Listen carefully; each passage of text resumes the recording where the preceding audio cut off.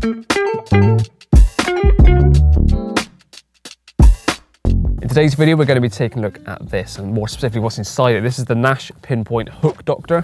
So inside this case, which is what it comes in, nice hard case, is the Nash Pinpoint Hook Doctor itself, a power lead, and then also to finish off the kit, you want to get the Hook Doctor vice. So this is what you clamp your hook in, because you don't really want to be using this, or it's not advised to use this without a vice grip, because you're obviously using a motorized hook sharpener. You don't want any kind of risk of the hook coming loose in your hand and flying off the wheel. So this vice ensures that there's very minimal risk of anything going wrong. But to start with, looking at the actual Hook Doctor itself, size-wise, fits in the palm of the hand quite nicely. I guess I've never held a grenade before, but I guess it feels kind of grenade-sized. On the front, you've got a two-way switch, and this is in relation to the roller wheel at the top, the stone roller wheel. That means it spins clockwise, stop it as well, and anti-clockwise. So it doesn't matter whether you're right-handed or left-handed, you can use this with no issues. And as you would have just noticed, I also just put my finger on the wheel to stop it. There is no risk of this being damaging to your finger. So as you see, I spin in full speed. I can touch my finger on it, not hurting at all. As soon as the pressure increases, stops it, and it starts again. So there's no risk of it being overpowered, over sharpening your hook and just grinding straight down to nothing. You can stop it, no issues whatsoever. The top actually comes off, that's magnetic. So if we pull that off, you can then access the roller wheel itself. Little screw on top, so once this roller wheel eventually wears down after a lot of use, I may add, you can replace the stone wheel and go to a new one. Start again, you don't have to replace the whole system. So this guard just keeps that protected more than anything, but does allow you access to the roller wheel. On the front, we've also got this little rubber cap that goes over the USB-C charging port. So no need to change batteries in this all the time. It's got a long time, I think it's 10 hours of use. But if you've got your power pack, everyone carries a power pack with them on the bank these days. USB-C, stick it in there and it's charging away. So no need to carry extra batteries, it's all internal. Put that cap back on and that's nice and sealed. Rubber feet on the base. This is twofold, so it means it's not going to slide around on your bivvy table if you're working on a surface. Also minimises any kind of vibration when you're using it on a work surface. But for the most part, I imagine you'd use it in your hand like so. So that is the Hook Doctor itself, and as I said, that comes with a lead supplied, so there's no need to get an extra lead. That's all in the kit. Pop that back in there for now. And here is the Hook Doctor vice. Very simple in design, nice grip to the handle itself, and you've got a little vice there which grips onto your hook. So if I grab a hook, which I've also got next to me as well, I've actually been prepared for this one.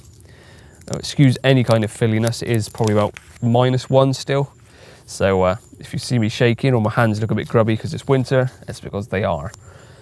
But here is, I've just got a size, what's this, a size 6 twister.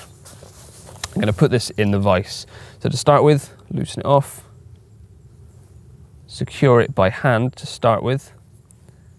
But then it's always good to have a coin to hand, which I've also got here, just so you can put the coin in there. A 2p piece doesn't fit. Let me quickly get a coin that does fit, and then we'll pick it up from there. And with the magic of editing, now I have a 5p piece, which I'll let you know does fit, and a 2p piece doesn't. So that's now tightened right up. The reason for doing that is because although you can tighten it up pretty well with the textured screw itself, you're never going to get as much purchase on it as you will with a coin. So clamping that down as tight as possible completely minimises the risk and pretty much eradicates the risk of that hook coming out of the vice while in use. So I'm just going to put this down on the floor for now and keep the Hook Doctor nice and steady just over here. Now, with the use of it being able to go clockwise and anti-clockwise, you always want to have the stone rolling away from the hook point. So as you can see, the hook point is facing up in the vice. So I want the hook to be facing away from me as I come down to the roller wheel, and the roller wheel to be spinning towards the point, if that makes sense. So from barb to point upwards. That just makes it easier to use the Hook Doctor, and also if it's spinning the other way and you caught the hook point in the stone, it's obviously just going to completely ruin the hook point and run the risk of shooting the hook towards you. So make sure that the roller wheel is spinning away from you, like so. You're going to keep the vice nice and steady in one hand and the Hook Doctor steady in the other. And one smooth motion. Doesn't need to be a lot of force, just a real smooth movement from the barb to the point. Done, and that's all it needs. I'll stop the roller wheel so you can hear me a bit better.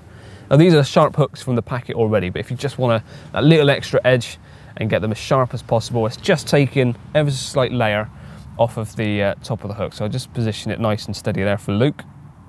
And I'll do a little test on my fingernail and my skin just to show how sharp this really is. So now if I just put my finger up to it, that's just just resting the hook on my finger, pulling back, and it's already just digging straight into my finger. Very, very minimal pressure. That's insanely sharp. Hopefully that's picking up nicely.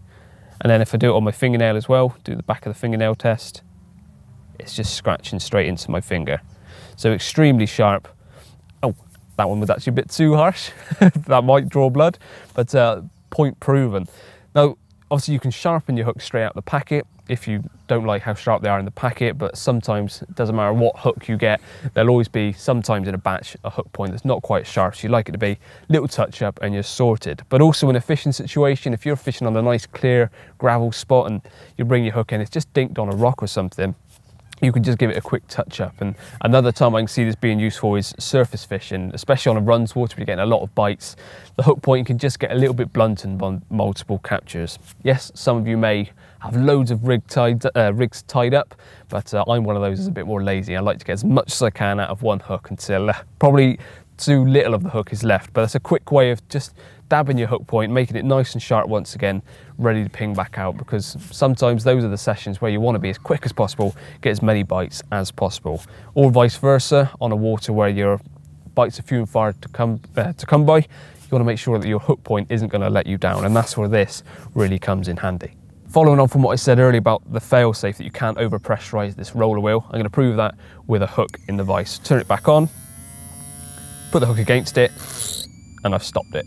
So you can't over sharpen it. If it's stopping, you're putting too much pressure onto that hook point. It's just one real smooth grind and you're done. Once you've got your hands on one of these, you'll get used to it, of a technique that works for you. It's not fiddly. This vise really does make it helpful and a lot easier than trying to hold a hook by hand. You've got a lot more control and no risk of that hook coming out of your hand. But it's also worth noting you can shave down the sides of the hook, but it is a lot more fiddly.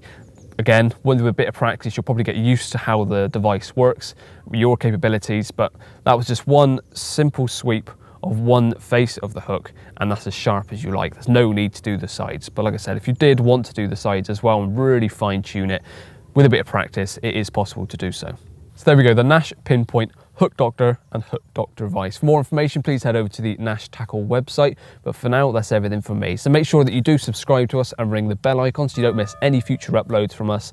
And also follow us on Instagram, Facebook and Twitter for regular updates. But for now, cheers for watching, and I'll see you again soon.